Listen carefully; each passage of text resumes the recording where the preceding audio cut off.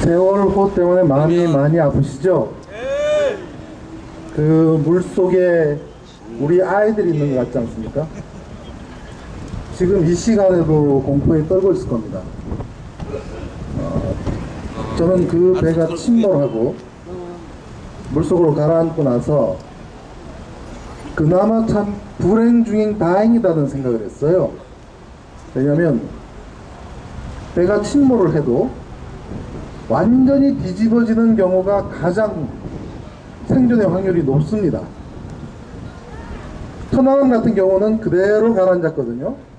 한미가 반토막이 나면서 그대로 가라앉았는데 그런 경우는 물이 금방 찹니다.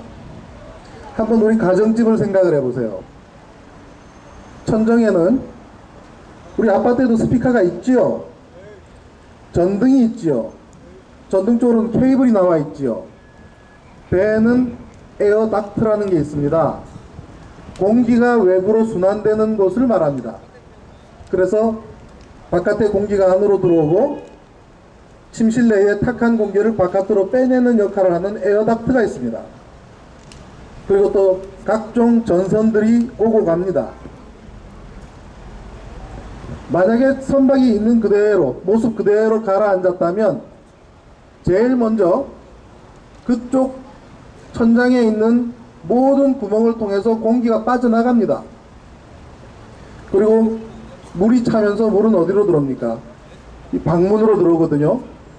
우리 침실에도 문이 달려 있지만 완전히 수밀이 되지는 않지 않습니까?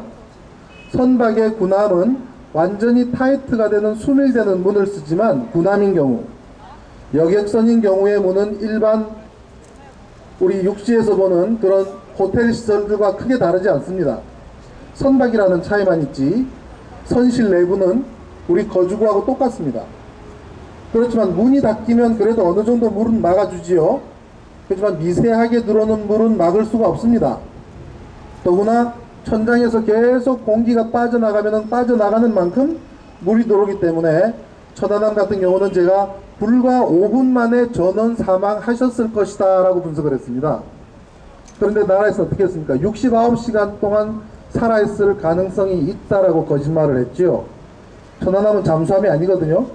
잠수함이 아니기 때문에 5분 이상 어떻게 힘들었을 것이다 라고 저는 분석을 했습니다. 그 결과는 어떤 줄 아십니까? 군의관들이 시신을 검안을 했는데 46명의 시신 전원이 동시간대 익사입니다. 동시간대 익사로 판명이 났습니다. 천안함에 무수히 많은 조작질을 했지만 군의관 3사람은 사실을 사실대로 얘기했습니다. 꼭 기억해 두십시오.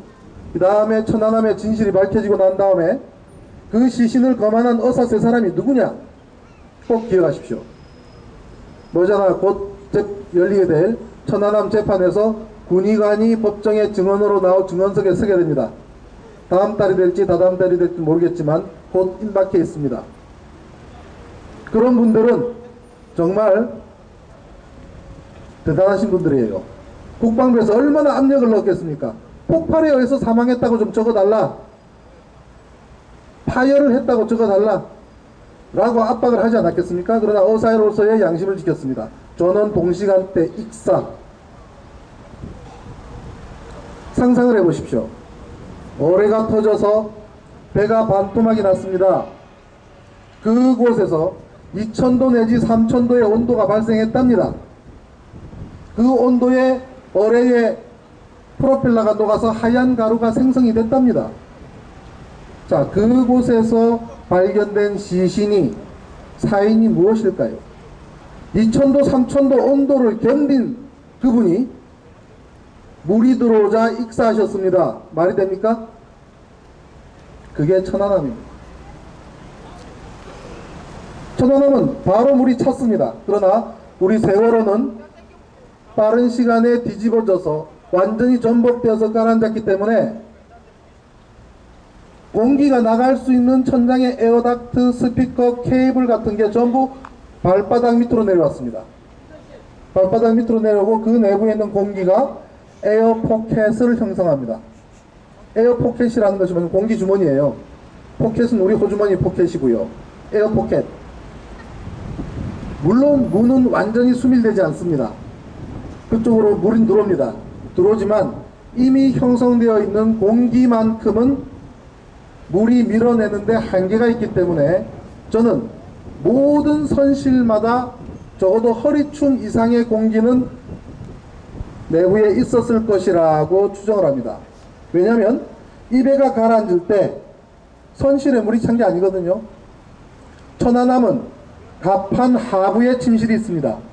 갑판 저 아래쪽에 기관실 뒤쪽에 침실이 있습니다. 그렇기 때문에 급속하게 물이 찼습니다. 그러나 여객선은 갑판 상부에, 자 여기가 갑판이면은 저 2층 3층 저 높이에 침실이 있습니다. 그렇기 때문에 하부에서부터 물이 차서 뒤집어지면서 가라앉았기 때문에 모든 침실에 있는 공기는 그대로 안고 물속으로 갔다는 얘기입니다. 우리 거실을 보십시오. 거실은 많이 뚫려 있지요. 베란다로도 뚫려 있고 부엌으로도 뚫려 있습니다. 그러나 침실들은 다 문이 닫혀 있지 않습니까? 똑같습니다. 선박에서도 공용 면적, 노래방이라든지 식당이라든지 이런 데는 오픈되어 있지만 모든 침실은 그래도 문으로 막혀 있습니다. 그렇기 때문에 그 내부에 있는 면적만큼의 공기는 그대로 안고 침몰을 했기 때문에 에어포켓이 상당히 존재한다. 그러면 문제는 뭡니까? 공기 중에 있는 산소가 소진될 때까지는 다 살아있겠죠. 바로 그 점입니다. 공기 중에 있는 산소가 또 소진되고 나면 질식을 하게 됩니다. 그 시간이 얼마나 될까요? 잘 모르겠습니다. 공간이 얼마나 되는가의 여부, 그리고 그 안에 몇 명의 사람이 함께 있는지 여부, 같이 호흡을 해야 되니까 그게 아마 판가름을 할 겁니다. 대략 추측을 해보라 그런다면 작년에 대서양에 빠진 선박에서 60시간 동안 탄산음료수만 먹고 살아난 사람 뉴스 보신 적 있지요? 대서양에 빠졌는데 3일이 지난 시점까지도 살아있었습니다. 에어포켓이 형성된 곳에 그분은 허리춤 이상을 내밀고 있었습니다. 어떤 분들은 지금 온도가 물 수온이 낮기 때문에 저체온증 이야기를 하시는 분들도 있는데 다행히 그나마 침실 아닙니까? 침실에는 뭐가 있습니까? 모포가 있습니다. 침대도 있습니다. 그런 거를 뜯어다가 바닥에다 깔면 그만큼 좀 더 높이 올라갈 수 있죠. 모포가 있으면 또 감을 수가 있죠. 여러 사람이 있으면 서로 끌어안고 주물러 줄 수 있죠. 훨씬 환경이 그나마 다행인 겁니다. 그리고 우리가 일반 육상에서 완전히 밀폐된 공간에서 공기를 마시는 경우하고 또 다릅니다. 왜냐하면 밀폐된 공간에서는 O2를 마시고 CO2가 뱉지 않습니까? O2와 CO2가 바뀌게 됩니다. 근데 바닷물이 있을 경우는 조금 다를 것 같아요. 우리가 내뱉는 CO2에 탄산 성분이 물에 녹아들면 그 공간만큼 물속에 있는 산소 성분이 올라와 줄 거라고 저는 생각을 합니다. 이 부분은 화학 전공인 분들이 전문이겠지만 분명히 차이는 있을 겁니다. 그런 모든 부분들이 그나마 우리가 희망의 끈을 놓지 않게 하고 있다고 저는 생각을 합니다. 근데 문제는 구조하는 거 아니겠습니까? 24시간이 지났습니다. 도대체 이놈의 정부는 무엇을 하고 있는 겁니까? 배 높이가 몇 미터인지 아십니까? 배 높이가요 25m, 30m 됩니다. 수심이 얼마인 줄 압니까? 37m입니다. 바다 깊이하고 배 높이가 비슷하다는 얘기예요. 이게 심해에 빠진 배가 아니란 얘기입니다. 대한해협에 빠진 배가 아니에요. 제주 해협에 빠진 배가 아니에요. 섬 부근에 빠졌습니다. 근데 24시간이 지나도 사람을 못 구해요? UDT, 특수폭파대, SSU, 심해잠수사 뭐 하는 사람들입니까? 국가에서 엄청난 돈을 들여서 훈련시켜서 바닷속에 들어가는 거 전문으로 키워놨는데 뭘 하는 겁니까? 수온이 어떻고 비가 온다고요? 바닷속은 비가 안 옵니다. 바람 분다고요? 바닷속은 바람 안 붑니다. 파도 친다고요? 1m만 들어가 보십시오. 파도 치는가. 깜깜하다고요? 밤이나 낮이나 바닷속은 5m 들어가면 똑같습니다. 그런데 왜 못 구합니까? 왜 못 구합니까? 안 구하고 있는 거 아닙니까? 제가 처음 이 사건을 접하고 알파 잠수 이종인 대표를 빨리 조언을 구하라고 내가 글을 썼습니다. 왜냐하면 인천에 있는 알파 잠수 이종인 대표 그 사무실 앞마당에 가면 종 같은 게 하나 엎어져 있어요. 종. 보신각 종처럼 생겼습니다. 그리고 그 안을 보면 사람이 4~5사람이 서 있을 수 있고 핸드레일이 있는 구조물이 있습니다. 그리고 그 위는 종처럼 생겼어요. 엎어놨습니다. 이게 뭐요? 그랬더니 벨이랍니다. 벨. 징글벨하는 그 벨. B-E-L-L. 뭐 할 때 쓰는 겁니까? 인명구조할 때 쓰는 거랍니다. 자, 서해의 조류가 많이 빠릅니다. 유속이 빠릅니다. 육상에서 바지선을 옮겨서 거기서 배 밑으로, 물 밑으로 들어가려니까 접근하는데 5분, 빠져나오는데 5분, 불과 인명구조할 시간이 5분밖에 없는 겁니다. 불과 5분밖에 없어요.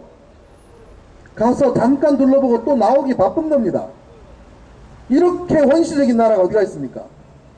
배를 이용하면요, 그거를 와이어로프에 묶어서 물속으로 집어넣고 선박의 출입구 옆에 딱 갖다 붙이면 4사람의 잠수사가 그 안에 들어가 있다가 교대로 작업이 가능합니다. 위에서는 계속 공기를 주입해 줍니다. 그러면 배 속에는 공기가 차 있습니다. 잠수부들이 4명이 이렇게 서 있는 거예요. 쉬고 있는 겁니다. 이만큼은 물이 차고 허리까지는 물이 있고 여기는 공기가 있어요. 막혀 있으니까 위에서는 계속 맑은 공기가 주입됩니다. 옆에는 배의 출입구입니다. 2사람이 들어가서 작업하고 가는데 2분, 오는데 2분, 10분 이상 작업할 수 있습니다. 그 2사람이 희생자 데리고 나오면, 살아있는 분들, 생존자들 모시고 나오면 바로 산소 불려서 구조하면 되는 겁니다. 빨리 그러한 장비를 투입하라고 글을 썼는데 다음 아고라에서 7만 명의 사람들이 글을 봤는데 제가 물어봤습니다. 형님, 연락 온 데 있습니까? 하루가 지났는데 아무데도 연락이 오지 않았습니다. 어저께 오후에 다시 또 전화해 봤습니다. 연락 온 데 있습니까? 아무도 연락 와서 내가 화가 나서 청와대에 전화를 했다 그러더라고요. 그나마 다행인 것은 오늘 현장에 투입됐다는 뉴스를 아까 봤습니다. 그 장비를 가져갔는지는 제가 확인을 못했습니다만은 그런 장비가 있습니다. 잘 아시죠? 물속으로 잠수함처럼 조그맣게 가서 접근하는 소형 구조선 아시죠? 왜 안 씁니까? 46명이 사망하는 사건을 겪고도 정신을 못 차린 겁니다. 우리가 그 사건 하나라도 진실을 정확하게 밝혔다면, 교통사고인 그 사건을 진실 하나를 분명히 밝혔다면 매뉴얼이 생길 거 아니겠죠? 매뉴얼이 있을 거 아니겠습니까? 삼면이 바다인 나라에서 어디서 해난사고가 날 줄 모르는데 왜 그놈의 크레인은 저 남쪽 끝에서만 와야 됩니까? 인천에도 하나 있고 목포에도 하나 있고 부산에도 있고 강릉에도 하나 있으면 어디서 사고가 나든 양쪽에서 2군데서 달려오면 크레인도 불과 서너 시간이면 도착합니다. 그죠? 크레인 들여오면 뭘 해야 되겠습니까? 선박을 안전하게 잡아야지요. 함수가 어저께까지 떠 있었죠.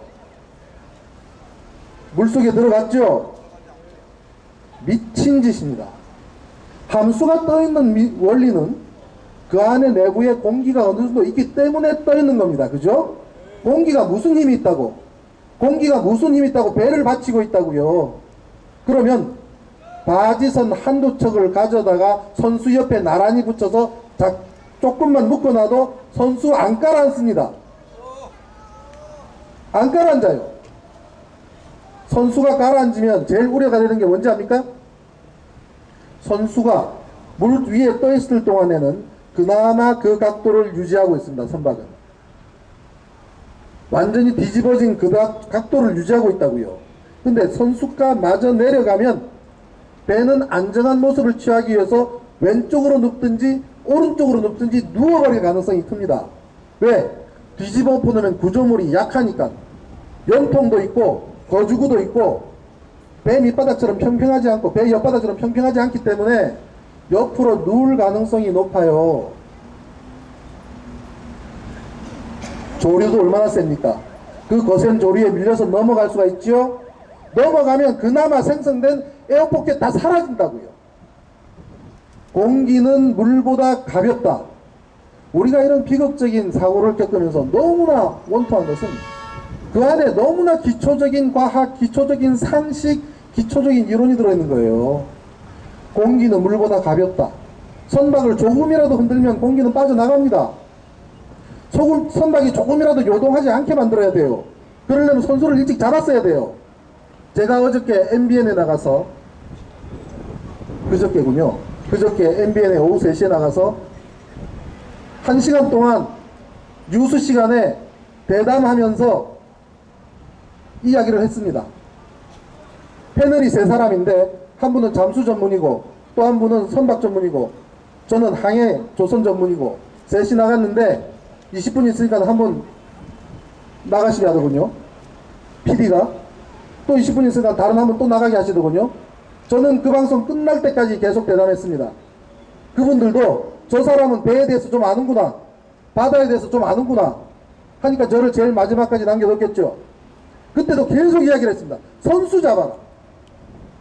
바지선 지금 양쪽에 가서 잡아도 저 선수는 잡을 수 있다. 저 한지학계라. 하다못해 해군의 선박 2척만 가서 양쪽에 붙여놓고 밧줄로 묶어놔도 그 선수는 유지할 수 있습니다. 바다에 떠있는 배거든요. 공기가 잡아주고 있는데 배가 왜 못 잡습니까? 그죠? 그나마 안에 있는 에어포켓마저 배가 쓰러져서 빠져버리면 각 침실에 있는 공기가 빠져나가는 것도 물론이지만 어느 구역에서 어떤 변화가 있을지 와류가 형성되면 그 안에 있는 사람들 그 와류에 휘말리게 된다고요. 구역에 따라서. 그저께 토론을 하고 있는데 어떤 해군 제독이라는 양반이 한다는 소리가 잠수함 함장이랍니다. 대한민국 잠수함 부대 초대 함장이랍니다. 인터넷으로 검색하면 나옵니다. 그 사람이 방송으로 전화 인터뷰를 하는 얘기가 저 배를 빨리 뒤집어 봤으면 좋겠습니다.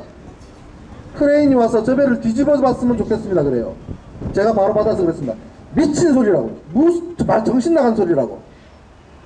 배를 뒤집으면 그나마 생성된 에어포켓 다 사라집니다. 그게 대한민국 해군 장성 출신의 제독 출신이 한다는 소리예요. 이런 사고 앞에서.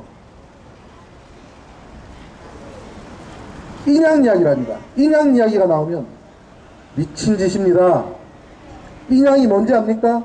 배 앞에 와이어로프를 걸고 왜 배 뒤에도 체인을 걸고 끌어올리는 게 인양인데 체인 한번 걸라 그러면 열을 걸려요. 열을. 그동안 사람 구하지 않겠다는 얘기입니까? 인양에 인자도 나오지 말게 해야 됩니다. 만약에 인양을 이야기하는 사람이 있으면 입에 재갈을 물려야 됩니다. 네? 아니요, 입에 재갈 물리는 건 부족하겠군요. 아가리를 찢어버려야 됩니다. 배가 왜 중요합니까? 배 어디다 쓰려고요? 그놈의 배 어디다 갖다 쓰려고요? 사람을 구해야지요. 생존자 다 구하고 돌아가셨다 하더라도 희생자 마지막 한 사람 명단이 확인될 때까지 배 인양할 필요 없습니다. 저 배가 저기에 1년 처박혀 있다고 해서 뭐가 우리한테 달라질 게 있습니까? 인양이 중요한 게 아닙니다. 한 사람이라도 지신처럼 보이지만 나와서 인공호흡하면 살아나실 분도 계실지도 모르지 않습니까? 마지막 한 사람이 나올 때까지 인양 이야기는 꺼내서는 안 됩니다. 선박의 기본을 아는 사람들은 그렇게 하지 않습니다. 그 원인이 무엇일까요? 왜 가라앉았을까요? 선장이 그런 얘기를 합니다. 항해를 하다가 급격하게 방향을 틀어서 가라앉았다고 이야기하죠? 그렇게 알고 계시죠?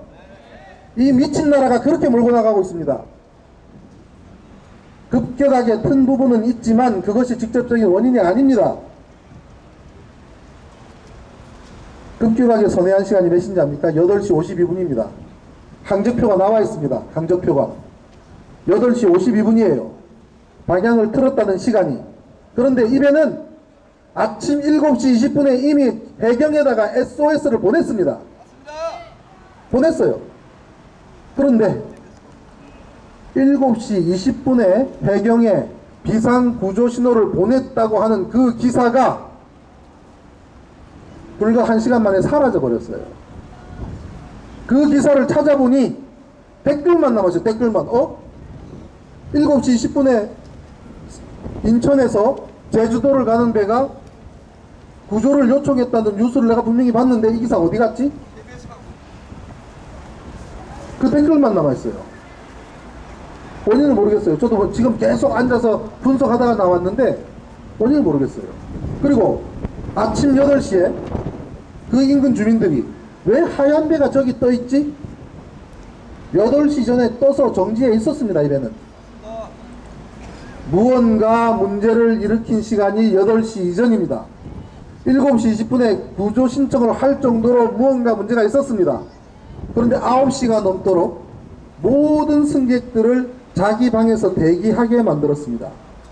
1시간 반 동안 구조하고 탈출할 수 있는 모든 기회를 다 놓쳐버렸습니다.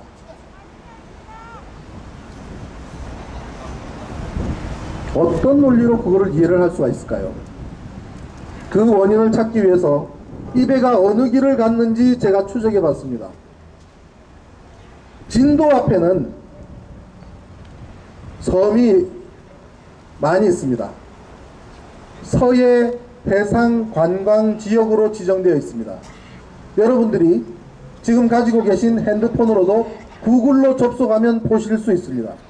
구글 맵을 통해서 지도를 한번 보십시오. 어떻게 생겼는지. 진도 앞바다에는 많은 섬들이 있으면서 그 지역은 색깔이 조금 다릅니다. 왜? 수심이 낮기 때문에. 자, 섬을 한번 불러볼까요? 이 건물이 진도입니다. 그 앞에 섬 2개가 있습니다. 상조도, 하조도. 조금 건너뛰어서 또 섬이 2개가 있습니다. 대마도, 관대도. 또 조금 떼어서 또 섬이 2개가 있습니다. 동거차도, 서거차도. 또 한참 띄어서 마지막으로 외로운 섬 하나가 있습니다. 맹골도. 맹골도 옆에는 잔잔한 섬들이 많아서 맹골군도라고도 부릅니다. 자, 진도 옆에 섬이 2개 하나가 있으면 그 섬을 단면, 무 자르듯이 단면으로 잘라보십시오. 어떻게 생겼을까요? 섬이 있고 물 밖으로 섬이 나오고 얕은 수심 섬이 있고 얕은 수심 섬이 있고 섬과 섬이 있다는 사실이 섬과 섬 사이는 얕은 곳이라는 거 머릿속에 안 그려지십니까? 충분히 아실 수가 있죠? 거기는 배가 못 다닙니다. 저 정도 되는 큰 배는 그 길로 다니면 안 됩니다. 구글 맵으로 인천에서 제주 가는 배들이 어느 길로 가는지 한번 검색해 보십시오. 제일 끄트머리에 있는 맹골도 바깥에 8km나 떨어져서 점선이 찍혀 있습니다. 추천 항로. 인천에서 제주 가는 배들은 그 길로 따라가라고 되어 있습니다. 그 점선대로 정확하게 가지는 못해요. 왜? 모든 배가 점선 따라가면 충돌이 일어나잖아요. 그러니까 그 점선으로 쳐져 있는 그 추천 항로 바깥을 항해하라는 뜻이에요. 수심이 깊으니까. 이 배는 맹골도 안으로 들어왔습니다. 팩트입니다. 뉴시스에 보도가 되었습니다. 그 자료가 제가 여기도 있습니다. 맹골도 안으로 들어왔습니다. 저 수심대로 본인이 들어왔다는 얘기예요. 왜 들어왔을까요? 이 배는 인천에서 출발해서 직선으로 내려옵니다. 진도 앞에서 터닝을 해서 제주도로 꺾어 들어가는데 우리 운전하는 거로 치면 직진으로 고속도로 쭉 내려오다가 10시 방향으로 좌회전하라는 코스입니다. 급격한 회전할 필요도 없어요. 서서히 틀어주면 됩니다. 그리고 제주까지 그대로 가면 됩니다. 직선 10시 방향 왼쪽으로 틀어서 직진하면 제주입니다. 그 배가 터닝하는 부분에서 섬을 안쪽으로 들어왔습니다. 왜 그랬을까요? 지름길을 택한 겁니다. 어저께 6시 반에 출항을 해서 아침 8시에 제주에 들어가야 될 배가 밤 9시까지 출항을 못했습니다. 안개가 끼고 기상상태가 안 좋아서 2시간 반을 지체하고 출항을 했기 때문에 제주에 조금이라도 일찍 들어가기 위해서 회사에서는 좀 더 일찍 가라고 다그쳤을 가능성이 매우 높습니다. 배가 일찍 가려 그러면 방법은 두 가지밖에 없습니다. 첫째, 속도를 높이는 방법이에요. 그죠? 속도를 높이는 방법. 두 번째, 지름길을 택하는 방법. 그래서 평소에는 가지 않던 섬과 섬 사이로 항로를 변경합니다. 중대한 과실입니다. 선장이 그 지역을 8년 동안 다녔다고요? 맨날 같은 길만 8년 다닌 사람이 새로운 길 들어가면 그게 베테랑이 무슨 소용이 있습니까? 자, 속도를 높였습니다. 지름길을 택했습니다. 속도를 높이면 배가 어떻게 되는지 아십니까? 앞이 좀 뜹니다. 그건 이해가시죠? 파도가 앞에서 바닷물하고 접촉면이 많이 생기고 속도가 빨라지면 앞부분이 뜬다는 것은 상식적으로 이해되시죠? 앞부분이 뜨면 어떻게 됩니까? 뒷부분은 좀 가라앉습니다. 그만큼 저수심에서 바닥에 닿을 가능성이 높아진다는 얘기가 됩니다. 조타수가 배가 운전이 잘 안되더라는 얘기를 한다 그래서 제가 그랬습니다. 그게 바로 천수 효과다. 천수 효과. 천수의 천자는 얕을 천이에요.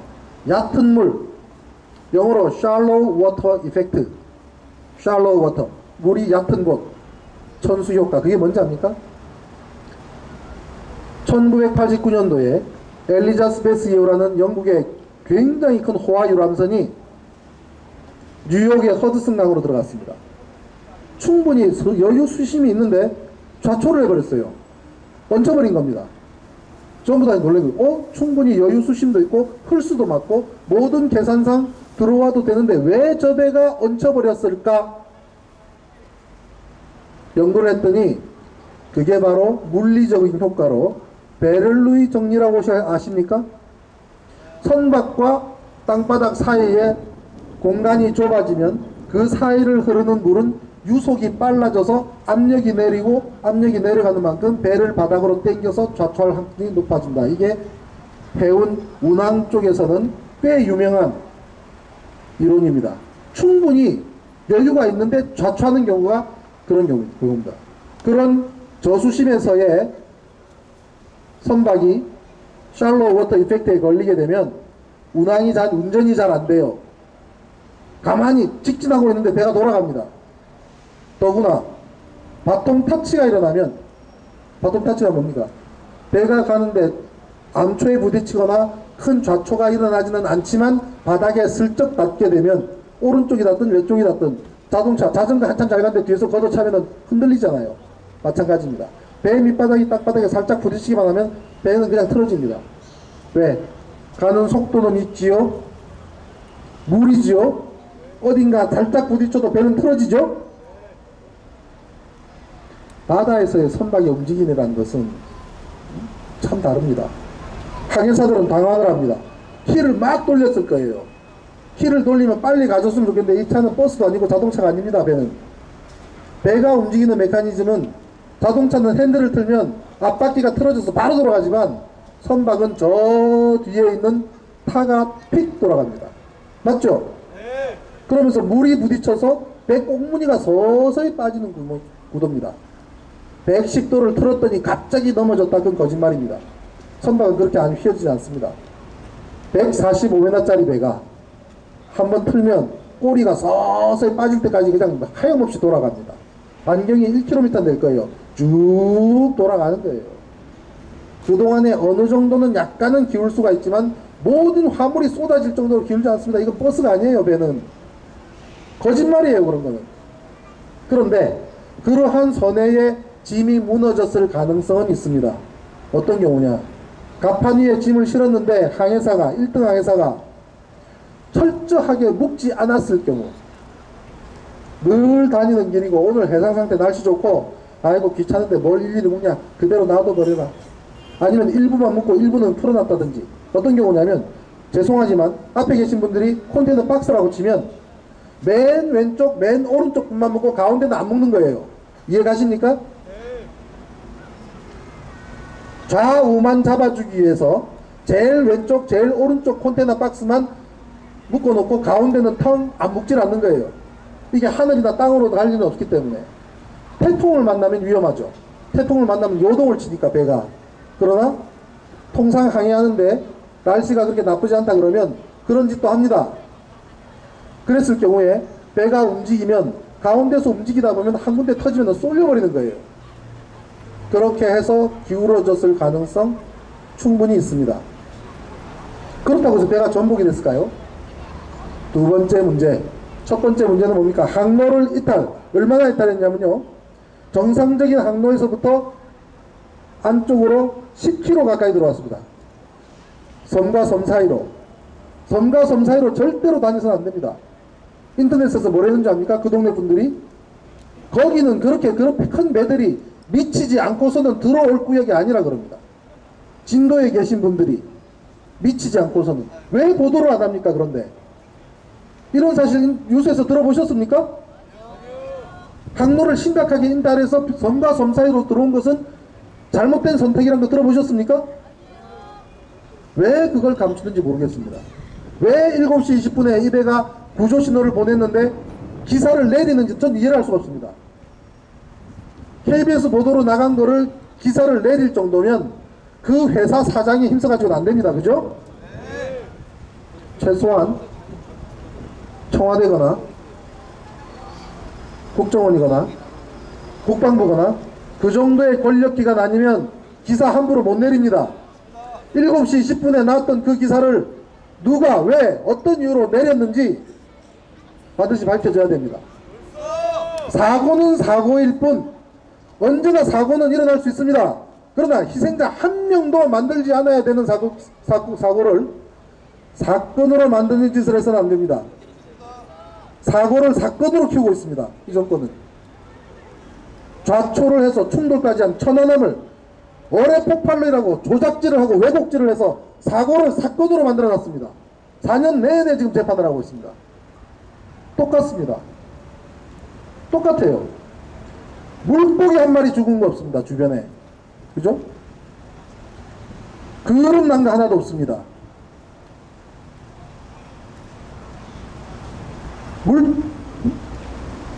엄청난 폭발이 있었다고 하는 천안함에 지금 현재 세월호에서 있었던 그 손상과 다를 게 뭐가 있습니까?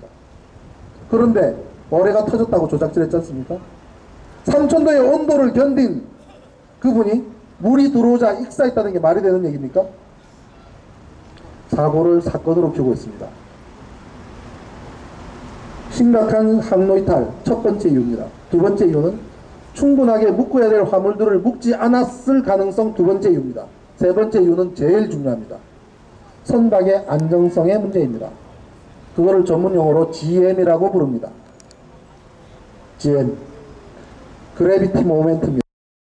얼마 전에 영화가 나왔던 그래비티, 중력, 그래비티 스펠링이 똑같습니다. 그래비티 모멘트. 선박이 물에 떠있는 원리입니다. 선박이 물에 떠있는 원리. 우리 쇳덩어리를 물에 넣으면 가라앉지요. 쇳덩어리를 파기 시작해서 둥그렇게 만들면 언제부턴가 뜨기 시작합니다. 우리 집안에 있는 스테인리스 그릇쯤 되면 물에 잘 뜹니다. 분명히 성분은 스틸인데 물에 뜹니다. 왜? 부력이 있기 때문에. 부력. 고유무게와 부력과의 상관관계를 GM이라고 부릅니다.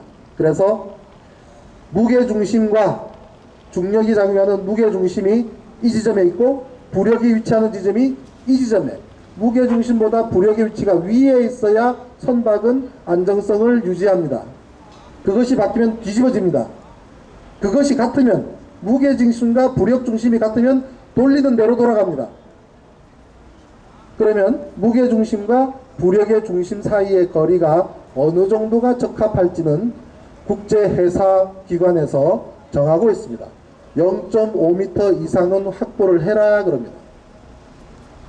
0.5m면 50cm죠. 무게중심보다 50cm 이상은 부력의 중심이 있어줘야 선박이 쓰러지지 않고 유지가 된다는 의미입니다. 이놈의 정권은 왜 이렇게 교육을 많이 시킬까요? 네? 광우병에 대해서 교육을 해야 되죠. 선박공학에, 금속공학에, 그죠? 어뢰에서 나온 가리비는 해양생물학 아닙니까? 이제 조선공학 여러분 공부하고 있습니다. 조선공학. GM이 급격하게 낮아진 것에 입에 침몰 원인 중에 하나인데 2년 전에 입에는 개조를 합니다. 아십니까? 선실 개조를 했습니다. 130명을 더 태울 수 있도록 개조를 했습니다.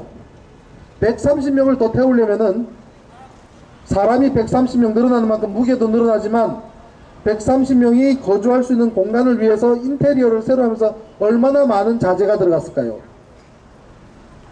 자, 여기가 수면인데 갑판보다도 훨씬 높은 곳에 많은 자재를 갖다가 설비를 하면 배가 어떻게 되겠습니까? 더 위험해지죠? 그러면 그만큼 위에 무게가 하는 만큼 물 밑에도 같은 무게를 집어넣어줘야 배가 안정하지 않겠습니까? 위에도 무게를 싣고 밑에다 무게를 싣고 그럼 결론적으로 배가 전체가 무거워지죠. 그럼 안 되잖아요. 한계가 있다는 얘기입니다. 한계가 있기 때문에 갑판 위에 설비를 개조를 하거나 리모델링을 할 때는 반드시 그것이 안정한지에 대해서 선급협회에 충분한 검토를 하고 조선소에서 계산을 해야 됩니다. 제가 오늘 CBS에서 전화 인터뷰가 왔길래 그 얘기를 했습니다. 선주사, 조선소, 한국선급협회 이 3개 기관을 취재를 해봐라. 개보수를 할 때에 정확한 계산을 했는지 대충 얼버무리면서 했는지 한번 조사를 해봐라 그랬습니다. 이 배의 안정성이 문제가 있다는 것은 한번 쓰러진 배가 다시 돌아오지 않는 것으로 입증이 되는 겁니다. 배는 쓰러지면 다시 돌아와야 됩니다. 그걸 복원력이라고 부릅니다. 복원력. 파도가 칠 때 가는 배를 생각해 보세요. 좌우로 흔들리면서도 계속 유지하면서 가잖아요. 그게 복원력입니다. 복원력이 매우 뛰어난 배가 군함이에요. 군함. 군함은 GM이 굉장히 낮습니다. 부력은 저 위에 있고 무게중심은 저 아래에 있습니다. 그러다 보니까 파도가 칠 때마다 잘 흔들려요. 복원력이 너무나 뛰어나기 때문에 금방금방 복원하려고 그래요. 군함을 타고 있으면 굉장히 피곤합니다.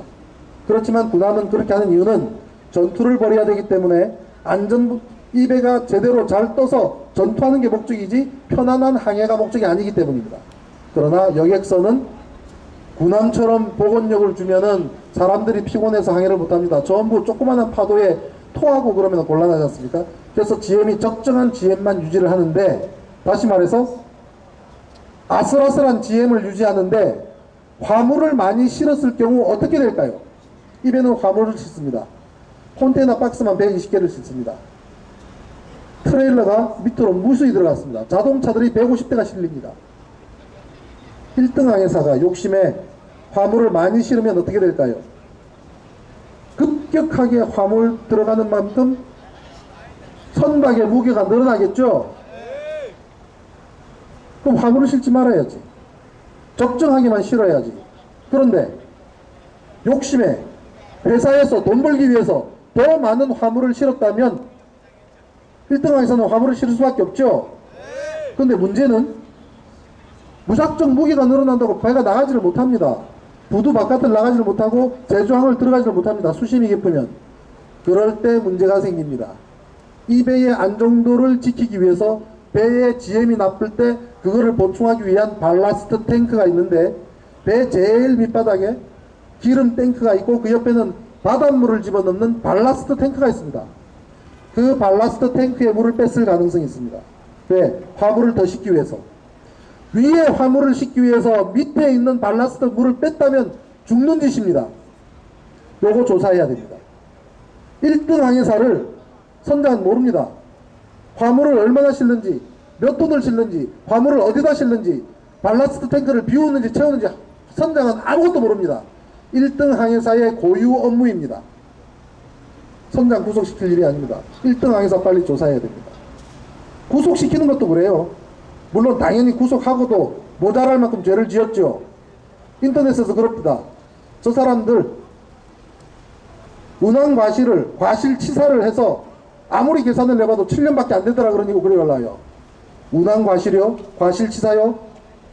미필적 고의에 의한 살인입니다. 선장만이 그랬다고요? 급격하게 틀다가 배가 쓰러졌다고 하면 선장의 운항과실 하나로 묶어버리려는 것이 해운선사의 바람이고 선장의 진술이고 만약에 그러한 것에 이 정권이, 국방부가, 해경이 함께 동조하고 있다면 어마어마한 사건이 될 겁니다. 엄청난 사건이 될 겁니다. 감당 못합니다, 이 사건은. 그렇게 조작질을 한다면, 처음에 문제가 생길 때부터, 화물을 실었을 때부터, 라싱을 제대로 안 했을 때부터, 저수신을 택했을 때부터, 항로를 이탈했을 때부터 예고된 모든 사고의 일련 과정을 얘기하지 않으면 엄청난 사건이 될 겁니다. 그런데 선장 한 사람의 과실로 몰아가고 있어요. 조작질입니다. 근본적인 원인이 거기 있습니다. 위에 화물을 더 많이 싣기 위해서 발라스트에 물을 비우는 일이 발생했다면 그거는 수백 명의 목숨을 담보로 돈 벌겠다는 짓입니다. 그거는. 자, 왜 학생들을 자기 방에 있으라고 했을까요? 우리 운전 면허 가지고 계신 분들 운전 제일 처음 할 때 뭘 가르치던가요? 돌발! 맞죠? 돌발. 브레이크를 왕창 밟지 않습니까? 충돌을 막기 위해서. 배를 타면 제일 먼저 배우는 게 뭔지 압니까? Abandon ship. 배를 포기하라. 공군 조종사가 비행기에 제일 먼저 앉으면 뭐부터 하냐니까 탈출하는 방법 배웁니다. 잡아 당기면 그대로 하늘로 올라가요. 낙하산 펴고. 사람 목숨이 비행기보다는 더 소중하니까. 사람 목숨이 배보다는 소중하니까 배를 탈출하는 방법을 배워요. 900명을 실어 나르는 여객선에 900명을 탈 수 있는 라이프보트가 있어야 되는 것은 법입니다. 라이프보트가 작동 안 할 때를 대비해서 물속에 빠지면 자동으로 터지는 라이프 크라프트도 법입니다. 안 터졌죠? 하나밖에 안 터졌죠? 정비도 제대로 안 했다는 얘기예요. 세 발 건너 걸려있는 둥그런 환이 뭡니까? 라이프 부위. 들고 몸에 걸치면 바다에 빠지면 죽지 않습니다. 라이프 자켓도 마찬가지고. 그렇게 군안을 위한, 생명을 건지기 위한 장비가 이 배를 뺑 돌아가면서 있는데 정작 사람들을 자기 방에 있으라 그랬습니다. 왜 그런지 아십니까? 방에 있으면 더 안전하다고요? 천만의 말씀이에요. 전 세계에서 얼마나 이게 웃음거리가 되고 얼마나 창피한 일이 된 줄 압니까? 승객들이 바깥에 나와서 이 배의 문제점을 보면 핸드폰으로 연락할 것이고, 그러면 자기 회사의 이미지가 나빠질 것이고, 화물을 실어 나르는 화주 입장에서는 이 회사를 선택하지 않을 가능성이 있고, 그러면 영업에 지장을 주기 때문에 모든 승객들을 방에 있으라 그런 겁니다. 미친 짓이에요. 돈에 미친 놈들이에요. 라이프 자켓을 입고 방에 있으라는 놈은 전 세계 어떤 그 사람도 없습니다. 라이프 자켓을 입었으면 가장 빨리 탈출할 수 있는 곳, 가장 빨리 구조할 수 있는 곳 옆에 있어야 돼요. 라이프 자켓을 입고 그 자리에 있는 거는 비행기밖에 없어요. 비행기에서 전부 다 서서 돌아다니는 바에 아무 도움이 안 되니까.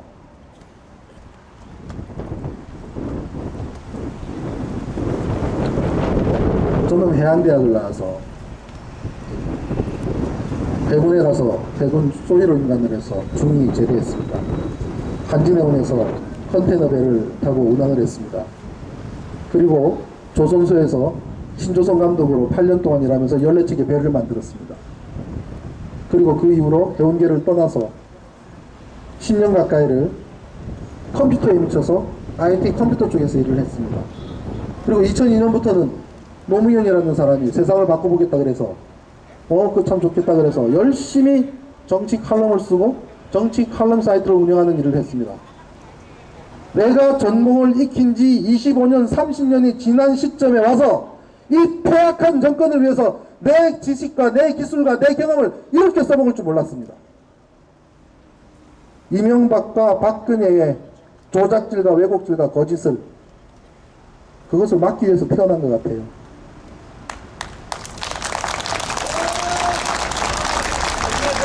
이 사건 잘 지켜보십시오. 잘 지켜보십시오. 벌써 사고가 아니라 사건이 되어가고 있습니다. 왜 아침 7시 10분에 구조 신청을 했는데 그것을 해경은 왜 받지 않았으며, 받았다면 왜 받지 않은 척 하고 있으며, 왜 방송사는 그 기사를 삭제해버리는지. 7시 20분이라면 완전 침몰한 9시 반까지는 3시간의 여유가 있는데 왜 그때 그 소중한 생명을 전부 가둬놓고 있었는지 지켜봐야 됩니다.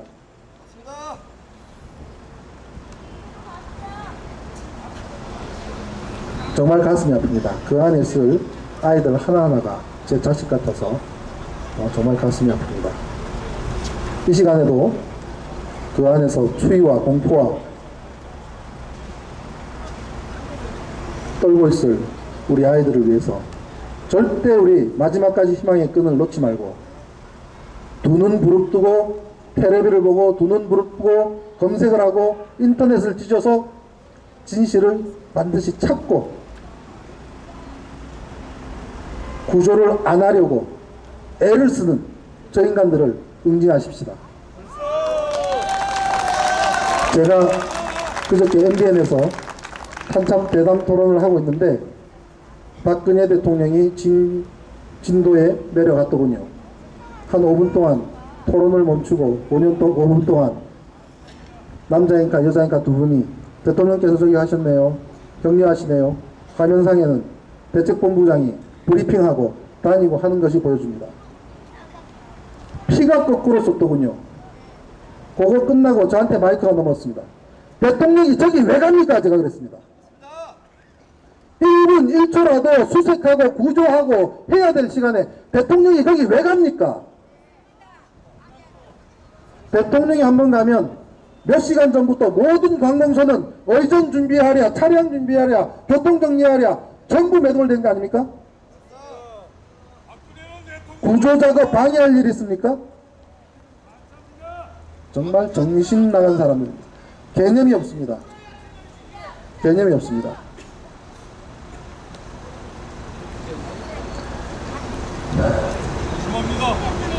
마지막 한 사람까지 우리는 포기해서는 안 됩니다. 대통령이라는 사람이 포기하지 말아주세요. 포기하지 않겠습니다라고 말해야 될 사람이 포기하지 말아주세요. 평생을 시키기만 했던 사람이에요. 우리는 마지막 한 사람까지 포기하지 마십시다. 감사합니다.